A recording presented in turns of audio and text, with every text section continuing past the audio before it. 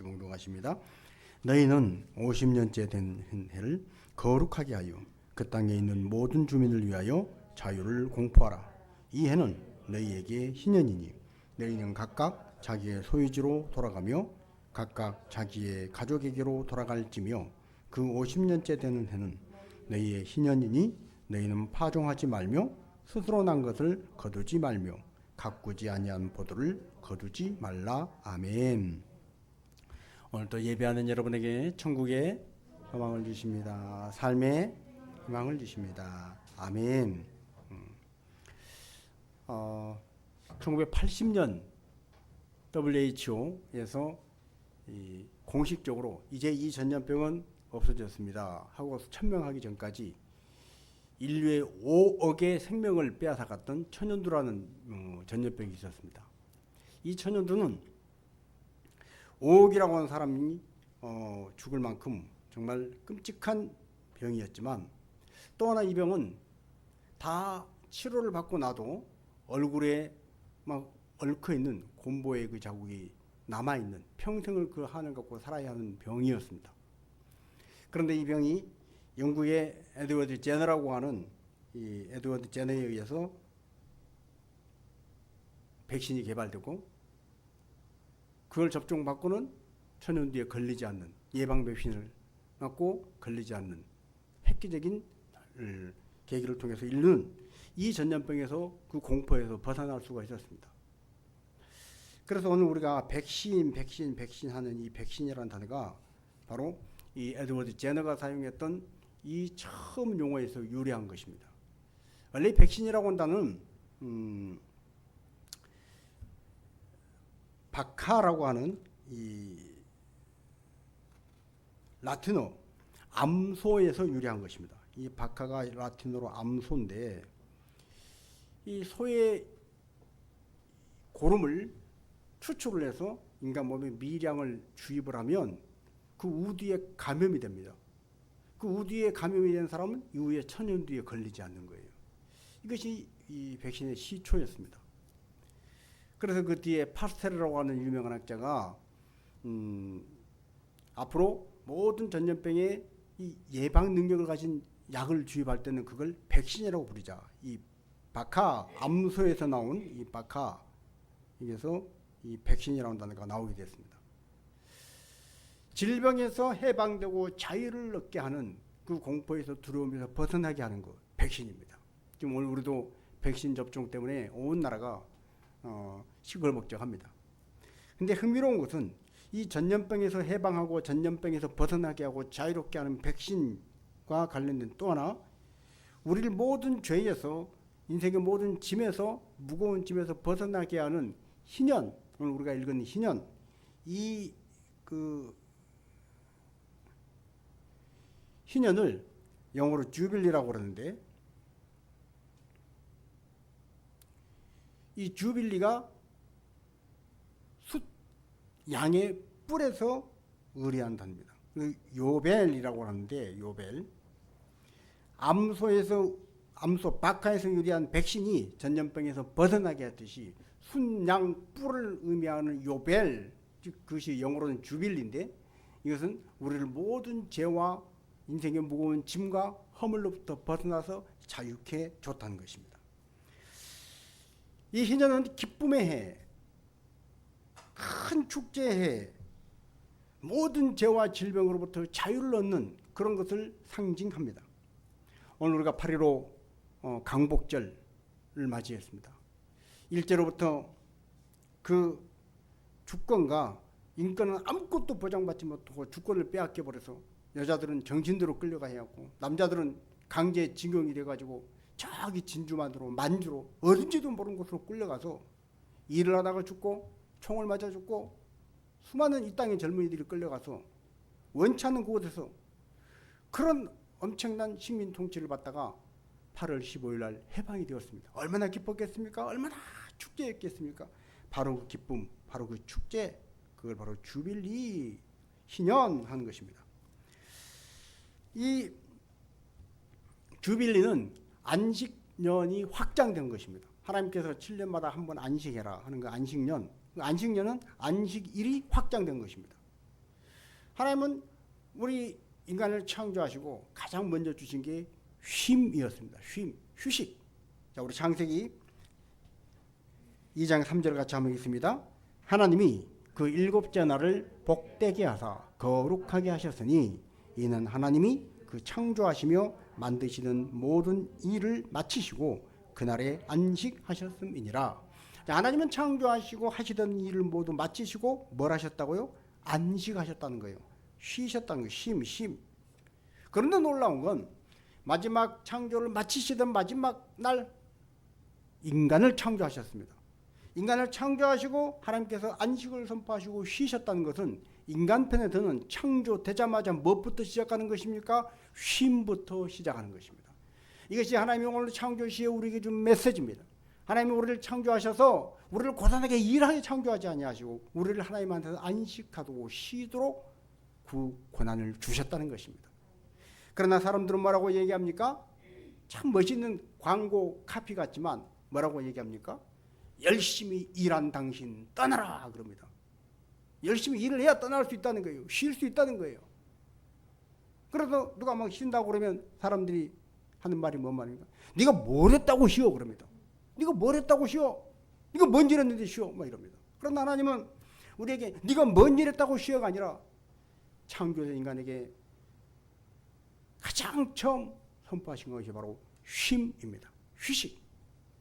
그렇습니다. 우리가 인생을 살면서 쉰다는 것은 쉼의 시간을 가진다는 것은 새로운 재충전의 의미를 가지고 그리고 쉼을 누린다는 것은 더 효율적으로 일을 잘 하기 위해서 반드시 필요한 것입니다. 심지어는 하나님 말씀을 읽는 성경 읽는 것도 그러더라고요. 그러니까 막 엉덩이가 아플 만큼 한시 몇 시간 앉아가지고 성경을 계속해서 읽으면 그럼 막 영성이 쭉 말하고 은혜가 쭉 말하고 좋아야 되는데 어느 정도 넘어가면 이게 몸이 막 엉덩이 아플 만큼 너무 길게 오래 가면 좀 쉬어줘야 될 때가 옵니다. 그때도 쉬지 않고 계속해서 말씀을 읽으면 말씀은 말씀이니까 능력이 나타나겠지만 제 육체가 고단하고 피곤해서 은혜로 제대로 소화해 드릴 수가 없습니다. 그때는 잠깐 쉬어줘야 하는 것입니다. 공부도 그렇습니다. 모든 것이 그렇습니다. 모든 것이 적당한 쉼을 통해서 효율성을 제고시키는 것입니다. 그런데 공산권 국가에서 이 쉼을 성경적인 쉼을 벗어나서 6일 일하고 하루 쉬어? 이거 너무 낭비야. 그래서 9일을 일하고 하루 쉬는 제도를 공포를 하고 시행을 했습니다. 결과는 더욱 많이 일을 했으니까 6일 일한 나라보다 9일 일을 했으니까 더 생산성이 올라가야 할 텐데 결과는 뭡니까? 곤두박질 친 것입니다. 그래서 다시 할 수 없이 돌아온 것입니다. 요즘은 주 5일제라고 그래서 그래? 그러면 쉬면 효율성이 올라가니까 좀 많이 쉬어볼까? 주 2일을 쉽니다. 근데 학자들의 분석에 의하면 일주일에 5일을 쉬고 이틀을 쉬고 5일을 일하면 6일 일하고 하루 쉬는 거에 비해서 생산력이 또 떨어진다는 거예요. 성경에서 하나님이 인간의 사이클로 만들어 놓으신 이 안식의 사이클을 따라갈 때 가장 최고 효율이 나온다는 것입니다. 자, 오늘 우리가 달력을 봐도 대부분 달력은 어떻게 시작합니까? 일, 월, 화, 수 뭐 이렇게 시작합니다. 하나님은 쉼을 출발점으로 삼으셨다는 것입니다. 이것이 창조 시에 하나님께서 우리에게 주신 메시지입니다. 오늘 우리가 그 쉼의 메시지를 받아들이고 그래 하나님 안에서 내가 새로운 힘을 얻고 하나님 안에서 안식을 누리고 하나님의 은혜를 받고 하나님의 말씀을 먼저 받고 내가 은혜 안에서 믿음으로 출발해야 되겠구나. 여기에서 출발점을 둬야 하는데 사람들이 마음이 급합니다. 지금 그럴 때가 아닌데 지금 쉴 때가 아닌데 그래서 하나님의 이 명령에 순종하지 않고 따라가지 않습니다. 레위기 25장 4절과 11절 한번 읽겠습니다. 일곱째 해에는 그 땅이 쉬어 안식하게 할지니 여호와께 대한 안식이라. 너는 그 밭에 파종하거나 포도원을 가꾸지 말며 그 50년째 되는 해는 너희의 신년이니 너희는 파종하지 말며 스스로 난 것을 거두지 말며 가꾸지 아니한 포도를 거두지 말라. 하나님께서는 7년째 된 안식년에 그리고 50년째 된 희년에 포도원의 곡식을 가꾸지 말라는 거예요. 쉽게 말하면 농사 짓지 말라는 것입니다. 일하지 말라는 것입니다. 그러자 사람들이 털컥 드는 생각이 뭡니까? 아니 1년 동안 땅을 묵혀놔? 농사를 짓지 마라? 장사를 하지 마라? 일을 하지 마라? 그럼 우리 어떻게 먹고 살아? 그러면서 사람들은 불순종하는 것입니다. 하나님께서 명하신 이 말씀을 지키지 않고 당장 손해날 것 같게 못 지키겠다는 거예요. 불안하니까. 하나님은 안식을 주시는데 내가 어떻게 안식을 누려?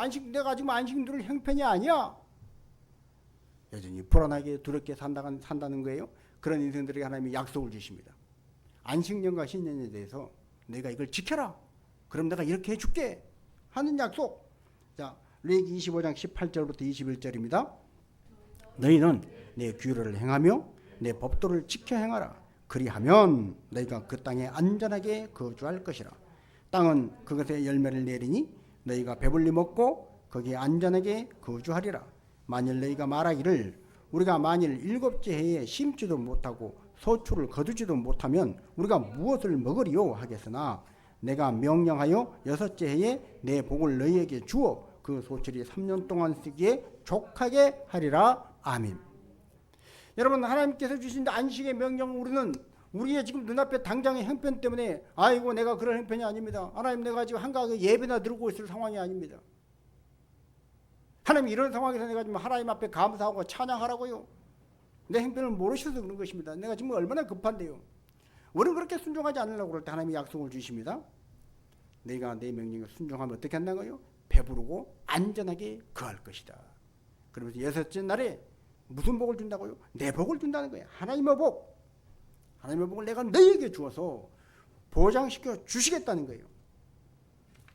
그럼에도 불구하고 인생들은 이 약속을 받아들이지 못합니다. 우리의 초조함, 우리가 가지고 있는 불안, 우리의 인간의 이 한계, 생각, 이 여러 가지 경험들. 여러분, 그 많은 엄마 아빠들이 왜 아이들을 막 이것저것에 막 학원을 막 돌리고 그러면서 막 과외 막 이렇게 시키면서 막 경쟁하듯이 그럴까요? 성경 말씀을 보고 믿고 자녀를 양육할 때는 어릴 때 정말 이 세상에 구구쌤 아니 구구단 영어 단어만 주입하는 게 중요한 게 아니라 엄마 아빠가 끼고 정말 엄마 아빠의 사랑을 그리고 인성을 향상시키는 그것이 중요하다는 걸 알고 있지만 옆집에 하는 것을 보면 불안해서 견딜 수가 없는 거예요. 우리 집 애는 학원 한 군데 다니는 옆집에는 2군데 3군데를 다녀요. 우리 애는 아주 구구단도 못하는 옆에는 9단까지 해요. 그럼 불안해서 아이고 안 되겠다. 그러고 다 쫓아가는 것입니다. 그러나 성경은 말씀하십니다. 그런 불안과 두려움이 염려가 찾아올 때 하나님이 주신 약속을 붙잡고 믿음으로 나갈 수 있도록 하나님은 뭘 주셨다는 거예요? 우리에게 약속을 주신 것입니다. 약속, 언약, 보장, 내 복을 줄게. 여러분, 우리가 11조도 마찬가지 아니겠습니까? 너희는 내 것을 내게 돌려라. 아니 11조를 하나님 앞에 들고 나는 어떻게 생활해? 저 사람은 지금 10개를 가지고 생활하는 나는 9개 가지고 생활을 이거 안 될 것 같은데 불안합니다. 조금 어떤 일을 좀 거봐 이런 이게 삶인데 어떻게 살아? 불안합니다. 그때마다 하나님 말씀하십니다. 내가 지켜준다, 보장한다, 누구 넘치도록 너를 축복할 것이다. 물질이 헛된 곳에 새나가지 않도록 내가 지켜줄 것이다. 그 하나님의 약속을 붙잡고 순종하면 하나님의 보장을 받는 것입니다. 근데 불안해서 두려워서 그 약속을 받아들이지 못하면 불순종하는 것입니다. 쉼을 누리지 못하는 것입니다. 하나님은 언제나 우리에게 말씀을 통해서 가장 좋은 처방전을 주십니다. 여러분, 인생의 가장 좋은 처방전은 뭡니까? 하나님의 말씀입니다. 인생에 어떤 문제든지 어떤 질병에 걸렸든지 이 처방전이면 다 나올 수 있는 그 처방전이 뭐냐? 하나님의 말씀이라는 거예요. 그런데도 불구하고 인간은 그걸 불안해서 따라가지 못합니다. 그러다가 결국은 어떻게 되는 거예요? 예를 들어 11조를 예를 한번 들어보겠습니다. 11조. 하나님은 11조 하라. 내가 보장해 줄게, 지켜줄게. 그렇지만 그것이 믿어지지 않으니까 당장에 불안하니까 못하고 살다가 결국 그게 어디로 가는 거예요?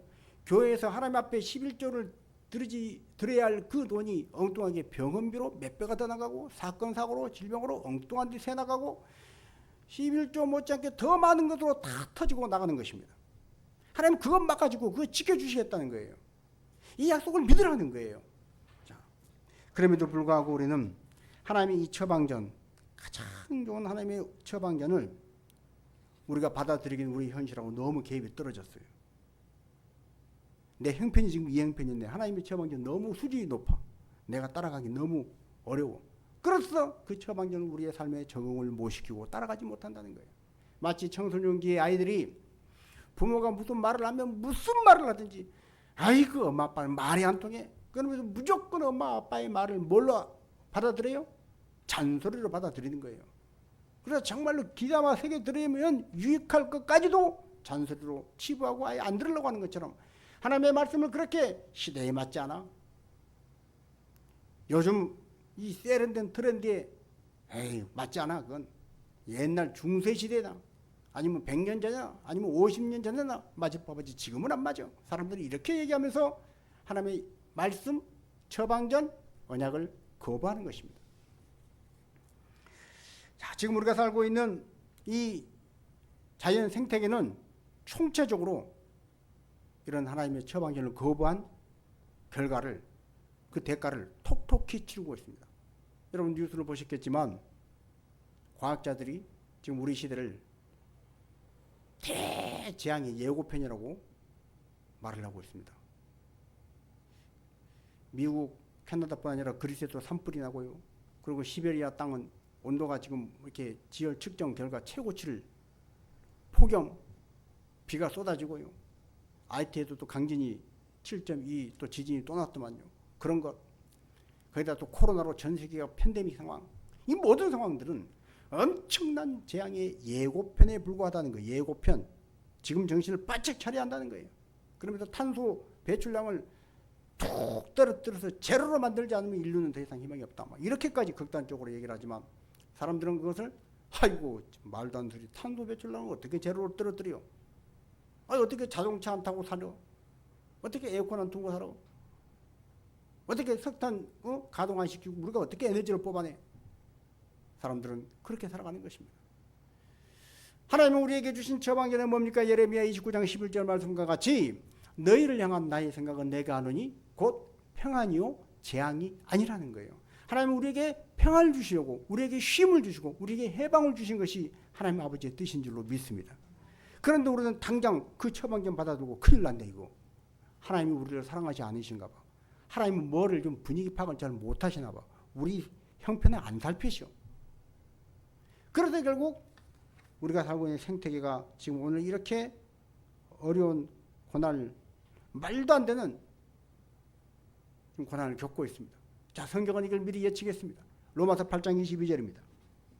피조물이 다 이제까지 함께 탄식하며 함께 고통을 겪고 있는 것을 우리가 아느니라. 여러분 피조물 온 자연계가 탄식하며 고통을 겪고 있답니다. 적당한 양의 비가 와야 하는데 비가 엄청나게 많이 와서 선진국에서 사람이 수십 명이 죽고 너무 뜨거워서 이건 도대체 어떤 제어할 수 없는 폭염이 그리고 올 겨울에는 또 사상 유례 없이 또 한파가 몰아칠 거라고 또 미리 막 예고하는 사람들도 있습니다. 하나님께서 원래 만들어주신 자연계는 우리가 살만한 세상으로 적당하게 모든 것이 그대로 가야 하는데 이게 파괴되고 질서가 어긋나서 제자리를 지키지 못하고 엉망이 되어서 온 피조물이 탄식하며 지금 막 지구가 몸살을 나르면서 아이고 힘들어 더 이상 못 살겠어 하고 아우성 치는 것들이 오늘 이렇게 여러 가지 재앙으로 나타나고 있다는 것입니다.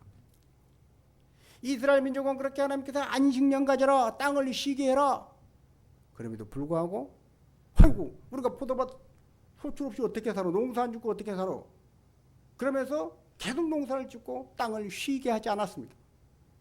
성경에 보면 안식일은 지켰다는 기록이 나오지만 안식연, 희년 이것을 이스라엘 민족들이 지켰다는 기록이 없습니다.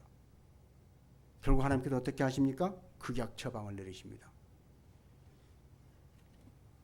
유대인 이스라엘을 모두 포로로 잡혀가게 해서 더 이상 농사 짓지 못하게 해서 그 땅을 강제로 쉬게 하는 것입니다. 자, 역대하 36장 21절입니다. 이에 토지가 황폐하여 땅이 안식년을 누름같이 안식하여 70년을 지냈으니 여호와께서 예레미야의 입으로 하신 말씀이 이루어졌더라. 땅을 쉬게 해. 좀 쉬게 놔둬. 그럼 우리는 뭐 먹고 살아요? 걱정하지 마라. 그건 내가 책임질게. 하나님 말씀해 주셨음에도 불구하고 그들이 순종하지 않고 결국 땅을 계속해서 경쟁할 때 그들이 아주 포로로 잡혀가게 해버려서 그 땅이 막 잡초가 나고 황폐하게 돼서 뭐 사람이 보기에는 황폐하다고 못 쓰게 됐지만 그 땅 입장에서 뭐라고요? 안식을 들었다는 거예요. 드디어 쉬게 되었다는 거예요. 자, 이것이 예레미야의 입으로 하신 말씀이 이루어졌다. 예레미야가 도대체 뭐라고 말했나? 예레미야 25장 11절입니다. 이 모든 땅이 폐허가 되어 놀랄 일이 될 것이며 이 민족들은 70년 동안 바벨론의 왕을 섬기리라. 그렇게 하나님 말씀을 불순종하고 하나님이 주신 처방 좀 무시하고 자기 고집대로 내 걱정돼서 못 살게 해서 내 걱정 염려대로 하겠어요. 걱정하지 마, 염려하지 마, 하나님 믿어. 아유, 나 하나님 믿고 못 살겠어요. 내 걱정거리 내가 알아서 할 테니까 냅두세요. 기도하라, 맡겨라. 기도하지 않고 맡기지 않고 내 걱정 내 근심 고집 부리다가 결국 어떻게 됐다는 것입니까? 70년 동안이나 뭘 생겨요? 바벨론 왕을 생겼다. 바벨론이 다 포로로 잡혀가서 그 땅은 폐허가 되어서 놀랄 일이 됐지만 하나님께서 안식년에 그 땅을 쉬게 하라고 하는 그 명령이 인간이 불순종해서 지켜지지 않으니까 강제적으로 인간을 떼내고 그 땅을 쉬게 해 주셨다는 거예요. 안식년뿐 아니라 하나님은 희년을 말씀하셨습니다. 50년대 될 때는 너희 땅을 다른 사람한테 돈이 궁해서 팔았더라도 50년째는 다시 원래 땅 주인에게 되돌려줘라. 형편이 급해서 남이 종이 되었던 사람이 있다 하더라도 50년째가 되면 그 종 다시 자유인으로 놓아줘라. 이것이 바로 희년입니다. 자, 레위기 25장 10절 다시 한번 읽습니다. 너희는 50년째 해를 거룩하게 하여 그 땅에 있는 모든 주민을 위하여 자유를 공포하라. 이 해에는 너희에게 희년이니 너희는 각각 자기의 가족에게로 돌아갈지며. 자, 거룩하게 하라. 아까 7째 날을 하나님께서 거룩하게 하사 쉬셨다고 그랬죠. 또 7년째 안식년을 거룩하게 해서 그날은 그 해에는 땅을 경작하지 말고 쉬게 해라. 그리고 50년째 희년도 거룩하게 해서 그 땅에 있는 그 땅만 쉬게 하는 게 아니라 뭐라고요? 그 땅에 있는 모든 주민까지도 뭐를 선포하라고요? 자유를 선포하라는 거예요. 자유를 공포하라는 거예요. 종 되었던 사람은 노예 되었던 사람 이제는 종 아니다, 노예 아니다, 이제 자유인이다 놔주라는 거예요. 그래서 이 해는 즉 희년의 해는 너희가 각각 어디로 돌아간다고요? 자기 가족에게로 돌아갈지며. 종이 되고 포로가 되고 감옥 안에 잡혀있고 모든 사람들이 이 날에는 자유인이 되어서 다 가족에게로 돌아간다는 거예요.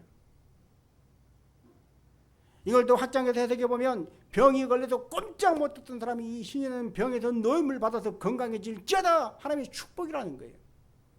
여러분, 오늘 우리가 인생을 살면서 우리가 두 다리가 건강해서 걸을 수 있는 것도 참 감사하지만 우리의 어떤 사람은 두 다리로 걷는 자연이 있지만 마음이 여전히 감옥 안에 우울의 감옥, 분노의 감옥, 억울함의 감옥, 열등감의 감옥, 두려움의 감옥, 그 갇혀서 하나님의 주신 기쁨을 누리지 못하고 담대함을 누리지 못하고 감사를 선포하지 못하고 그 감옥 안에 사는 사람이 있습니다. 하나님이 이런 사람들에게도 신년의 말씀을 통해서 뭘 하는 거예요? 자유를 공포하라. 거기서부터 벗어나서 감사와 기쁨과 자유를 누리라는 거예요. 이것이 바로 신년의 정신입니다. 그래서 이 신년의 50년째 되는 이때는 강자건 약자건 가진 자건 못 가진 자건 성공한 사람이건 실패한 사람이건 하나님은 모든 것을 다시 리셋 시키는 거예요. 리셋.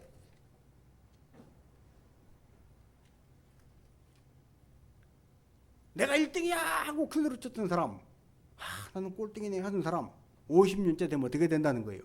다시 처음부터 다시 시작. 그러니까 우리 희년의 정신입니다.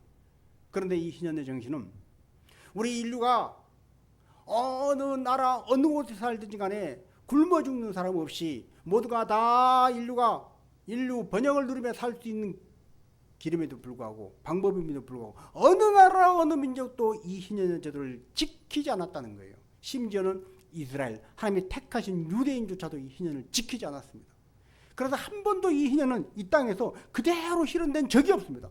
하나님은 정말로 공산주의, 사회주의, 자본주의 뭐 어떤 사상이 어떤 정치 대통령 대 의원 내각제 뭐 어떤 정치 제도로도 할 수 없는 그 가장 유토피아적인 것을 희년을 통해서 이렇게 살면 너희는 다 잘 살 수 있어 하고 답을 주셨음에도 불구하고 어느 나라 어느 민족 어느 시대에도 이걸 그대로 순종하지 않았다는 거예요. 그래서 인간들은 여전히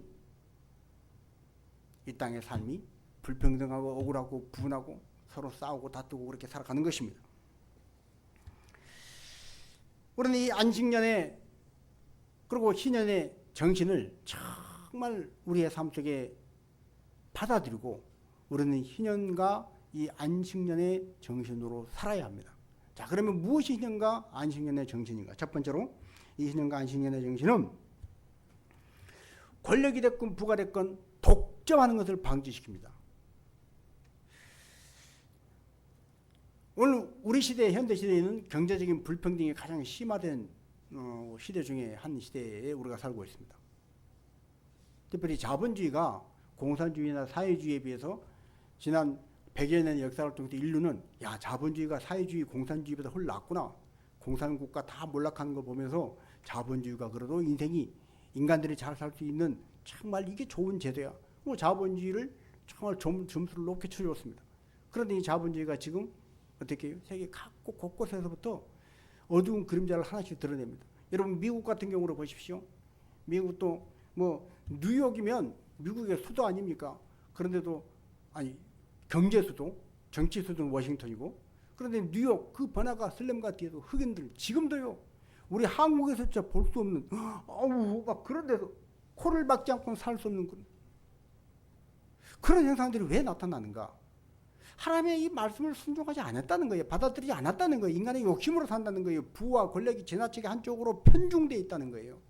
이 모든 것을 하나님은 정말 이 희년 정신을 통해서 인간을 스스로 하나님 말씀에 순종해서 살면 이걸 해결해 주시겠다고 그러는데 순종하지 않는 거예요.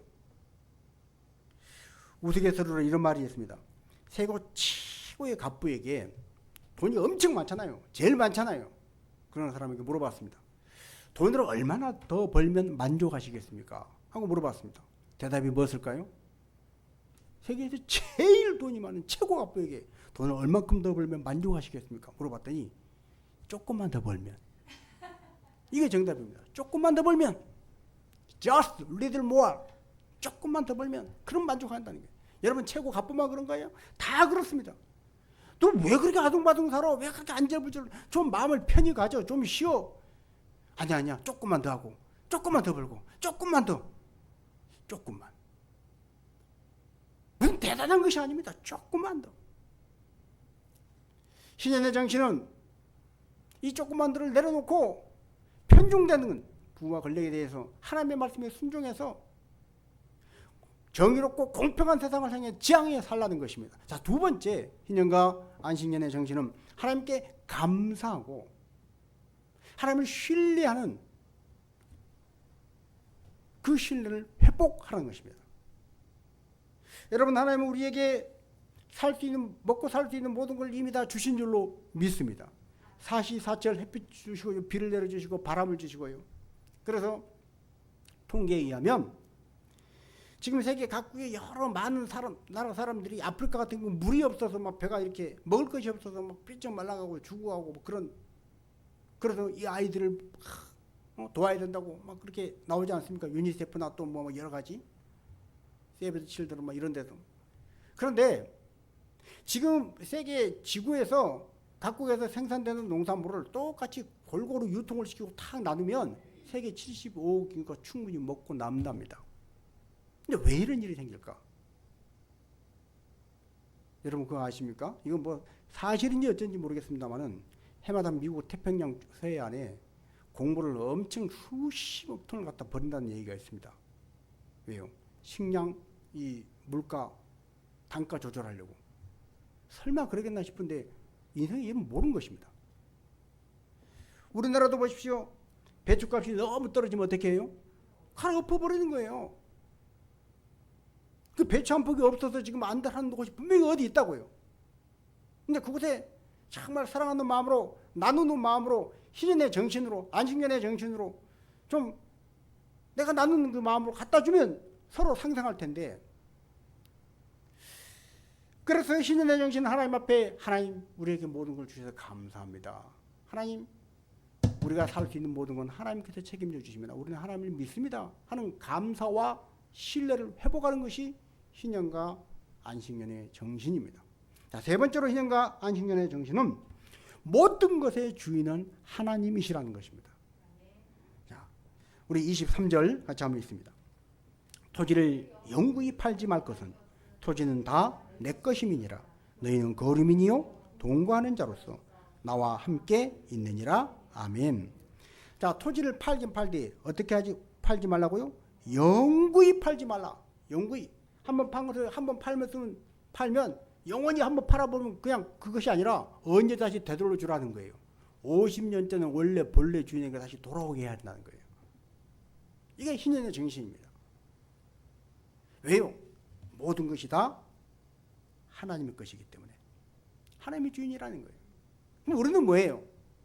우리는 거류민이라는 거예요. 거류민, 나그네라는 거예요. 여러분, 나그네의 특징이 있습니다. 나그네의 특징은 한 곳에 정착하여 그곳에만 있지 않고 계속 움직이면서 많은 짐, 많은 소유를 갖고 있지 않습니다. 여러분, 나그네가 엄청나게 많은 소유를 막 가면서 저것도 내 거, 저것도 내 거, 막 좀 어떻게 나그네의 삶을 살 수 있겠습니까? 중국 오지에서 우체부로 일하는 42살 먹은 여성의 그 다큐멘터리를 잠깐 본 적이 있는데, 어마어마하게 먼 거리를 편지를, 우편 가방을 이렇게 줄 메고 하루 종일 걸어가서 편지를 전달하는 거예요. 근데 편지를 전달받으면 이분들은 멀리서 있는 아들, 딸 편지를 받고 너무 고마워서 편지 받고 고맙다고 감 가져가라, 사과를 가져가라, 막 먹을 걸 줍니다.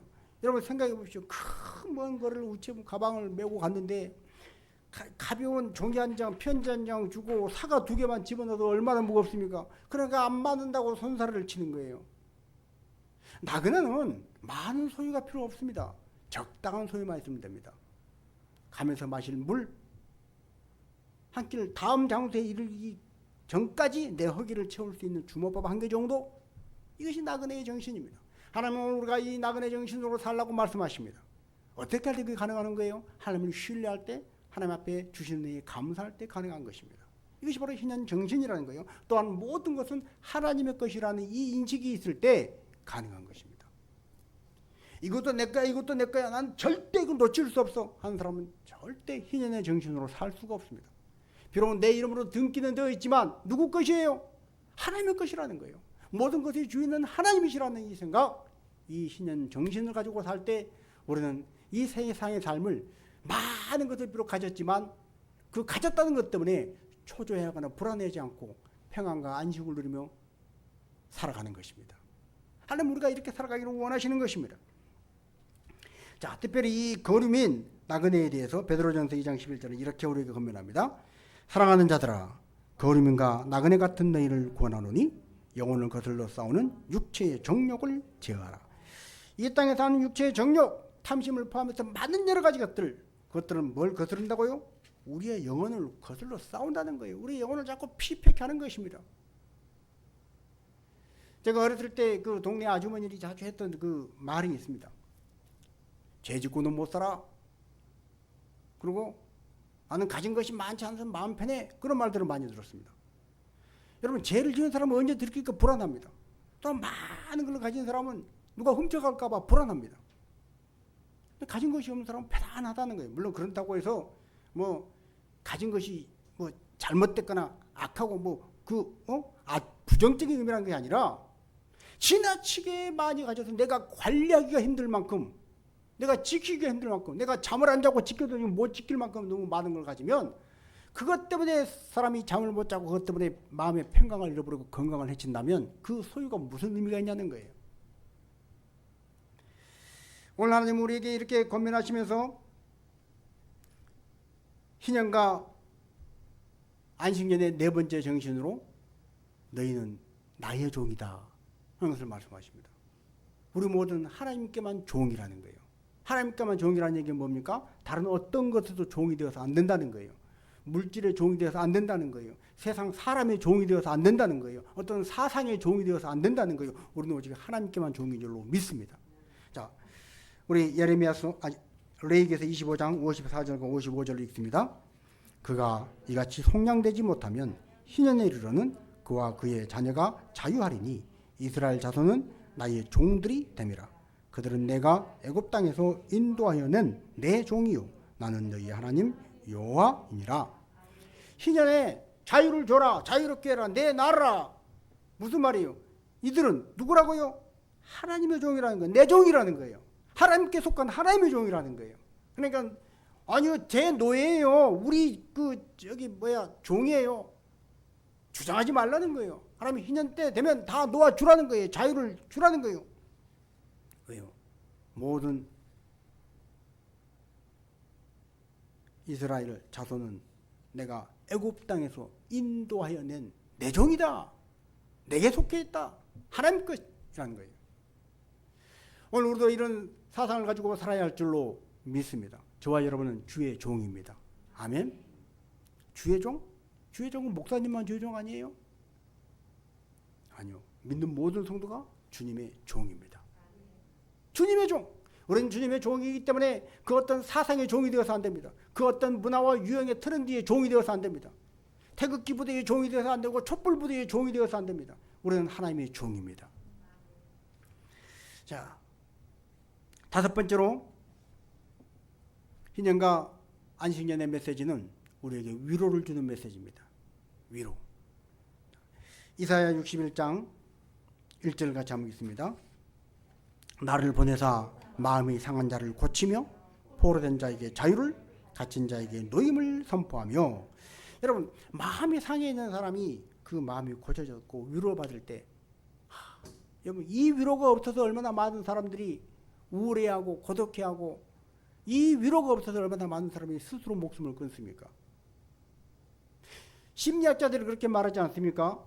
마지막 스스로 자살하는 사람이 끝까지 자기 마음을 알아주는 어떤 한 사람만 옆에 있으면 그 사람은 죽지 않는다는 거예요. 그런데 그 사람이 없어서 죽는다는 거예요. 마찬가지입니다. 우리 마음이 깨지고 상할 때, 우리 깨진 마음이 고쳐지지 않으면 우리는 살아갈 수가 없습니다. 아무리 좋은 집을 지어놔도 마음이 상하고 깨지면 그 집 놔두고 죽는 거예요. 아무리 맛있는 거 있어도 입맛이 없어요. 아무리 아름다운 경치를 봐도 그 경치가 눈에 들어오지 않습니다. 마음이 깨져 있고 상처가 있으면. 하나님 그걸 고쳐주시겠다는 거예요. 포로로 되어 있는 많은 사람들에게 자유를 주시고 갇힌 자에게 노임을 주시겠다고 말씀하십니다. 오늘 얼마나 많은 사람들이 여러 가지 이런저런 세상에 마음과 생각과 또 심지어 어떤 분은 질병에 이 몸이 포로되어 있습니다. 그 질병 때문에 마음대로 못하는 거예요. 특별히 백혈병 같은 경우도 그렇지 않습니까? 오염된 데 가면 큰일 나니까 마치 인큐베이터처럼 쫙 이렇게 혈변을 그 안에서만 생활을 해야 하는, 우리처럼 어디 가서 툭 다쳐다가 긁혀서 피가 나고 하면 아이고 이거 밴드 붙이고 하지만 그 아이들은 이 피 나면 큰일 나는 것입니다. 노임과 자유를 누리지 못하고 질병 때문에 그냥 묶여 사는 거예요. 몸만 그런 게 아니고 오늘 세상에 많은 사람들의 생각이, 사람들의 마음이, 심지어 영혼이 묶여 삽니다. 뭐에? 죄에. 죄에 묶여서 고통스러워 하시는 소리를 냅니다. 그 죄에서부터 자유하라고 그리스도께서 우리에게 십자가의 보혈의 은총을 주신 줄로 믿습니다. 갈라디아서 5장 1절은 그리스도께서 너를 위하여 자유를 주셨으므로 그러므로 다시는 종의 멍에를 매지 말라 말씀하십니다. 여러분, 우리가 하나님께 속한 종이고 하나님이 나의 아버지라는 것을 믿고 예수님이 나의 주님이라면 우리는 그 어떤 것에도 종으로 매여서는 안 될 줄로 믿습니다. 죄에서 우리를 자유를 얻게 하신 하나님이 우리에게 주신 자유를 준다면 그 어떤 것에도 매이지 마십시오. 두려움이, 실패의 어떤 근심과 염려가 마음이 답답하고 우울하고 또 막 어떤 막 억울한 그런 것들이, 어떤 어둠의 세력이 어떤 것이 오더라도 다 걷어내신 여러분 되시길 주님 이름으로 축복합니다. 그런 곳에서 자유하라고 하나님은 예수 그리스도를 땅에 보내주셨습니다. 노임을 받으라는 거예요. 그것이 희년과 안식년의 정신을 통해서 우리에게 주신 하나님의 위로입니다. 자, 그래서 예수님은 누가복음 4장 18절에 처음 하신 설교에서 이 설교를 하셨습니다. 같이 한번 읽습니다. 주의 성령이 내게 임하셨으니 이는 가난한 자에게 복음을 전하게 하시려고 내게 기름을 부으시고 나를 보내사 포로된 자에게 자유를, 눈먼 자에게 다시 보게 함을 전파하며 눌린 자를 자유롭게 하고. 예수님도 구약 이사야 61장 말씀을 토대로 자유케 하시고 눈먼 자를 다시 보게 하시고 포로된 자에게 자유를 주셔서 이 신의 메시지를, 이 안식년의 메시지를 선포하신 것입니다. 오늘 예수님은 저와 여러분이 이 신년의 정신을 가지고 이 신년의 메시지를 선포하며 사는 자가 되기를 원하십니다.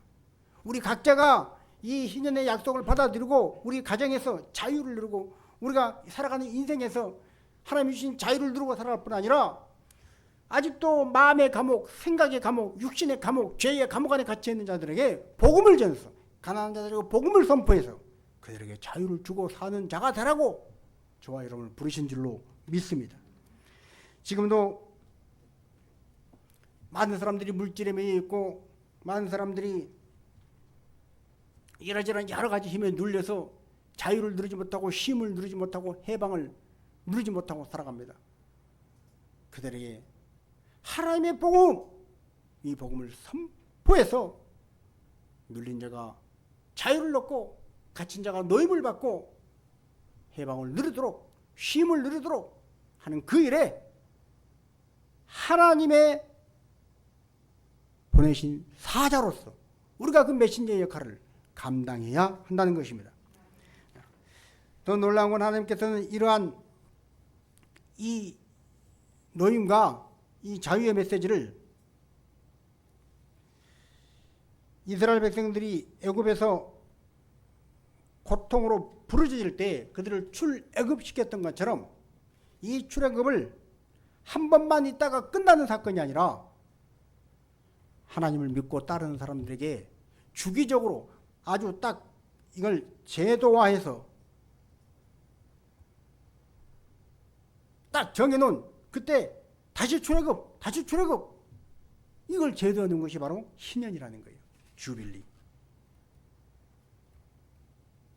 매 50년째가 되면 땅 다시 원래 주인에게로, 땅은 다 내 거니까 50년째가 되면 종이 되고 노예로 팔려갔던 사람 다시 자유를 얻고 자기 가족에게로 다시 돌아가.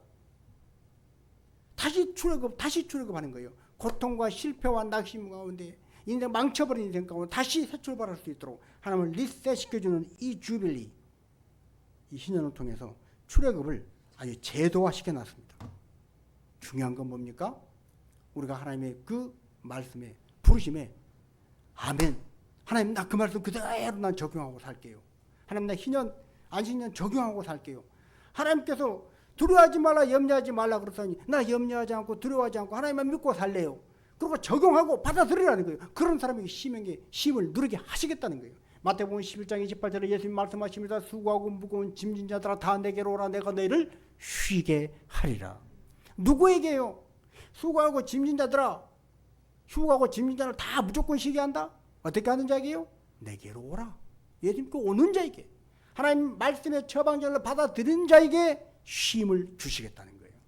오늘 쉼과 안식과 해방으로 부르시는, 자유로 부르시는 주님의 이 부르심에 순종하여 주님께 나아가서 정말 그 자유와 해방과 쉼을 누리고 사는 우리 모두가 되어지길 주님의 이름으로 축복합니다. 하나님은 지금도 우리가 인생을 살 때 말씀의 자리로 나와라. 예배의 자리가 네가 쉴 곳이다. 기도의 자리로 나와서 그 많은 골치 아픈 거 다 떨쳐버리고 기도로 응답받고 성령의 감동받고 승리해라. 믿음의 자리로 나와서 믿음 갖고 살아라. 그러면 내가 너에게 평안 줄게, 너를 지켜줄게, 보장해줄게 말씀하시는데 사람들은 아직도 지금은 그럴 때가 아니요. 이 다음에 조금만 더 벌어놓고 조금만 더 시간 지나면 그러면서 믿음의 자리로, 예배의 자리로, 기도의 자리로 나오지 않습니다. 그러나 이미 하나님의 부르심을 받고 나온 우리는 앞으로 우리가 인생을 사는 동안에 어떤 장소에서 어떤 사람을 만나고 어떤 상황에 처해야 되는지 수고하고 무거운 짐진 자들아 다 내게로 오라. 이 부르시는 주님의 초청에 부르심에 순종하여 나아가서 이 쉼을 누린 자가 되어야 할 줄로 믿습니다. 자, 복음성가 가사 중에 주님의 숲이라는 한 20년쯤 전에 제가 처음 이 곡을 접했을 때 우리 애가 이 가사를 좋았나 봐요. 그때 우리 큰애가 한 2살이나 3살쯤 된 거 이제 말 배우고 시작할 텐데 뭘 흥얼흥얼 하는데 샤도록 뭔 말인가 그랬더니 주님의 숲에 편히 쉬도록을 그렇게 따라한 거였어요. 자, 저는 그 가사가 참 좋습니다. 당신의 앞에 펼쳐진 주님의 숲에 지친 당신이 찾아온다면 숲은 두 팔을 벌려 그렇게도 힘들어했던 당신의 지친 어깨가 이젠 쉬도록 편히 쉬도록 여기 주님의 숲에 오늘 폭염으로 지치고 코로나로 지치고 살아가는 인생의 크고 작은 여러 가지 문제로 지친 우리에게 주님은 부르십니다. 내 앞에 펼쳐진 주님의 숲에 와서 편히 쉬어라. 처방전은 내가 내려준 대로만 해라. 걱정하지 말고 내가 너를 안식과 쉼의 자리로 인도하니 너는 믿음의 자리로, 기도의 자리로, 예배의 자리로 나와서 온전히 이 신령과 안식년의 메시지를 너의 삶에 적용시키는 순종의 사람이다라 말씀하십니다. 이 순종의 메시지를 통해서 참다운 쉼과 안식의 평안을 누리는 2021년 이 광복절 8월 15일 날 여러분 새 출발의 기점이 되기를